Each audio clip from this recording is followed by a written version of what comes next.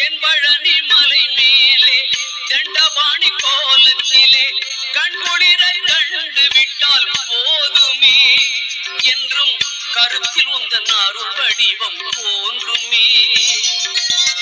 தென்பழனி மலை மேலே தண்டபாணி கோலத்திலே கண்குளிர கண்டு விட்டால் போதுமே என்றும் கருத்தில் உந்தன் அருள் வடிவம் தோன்றுமே.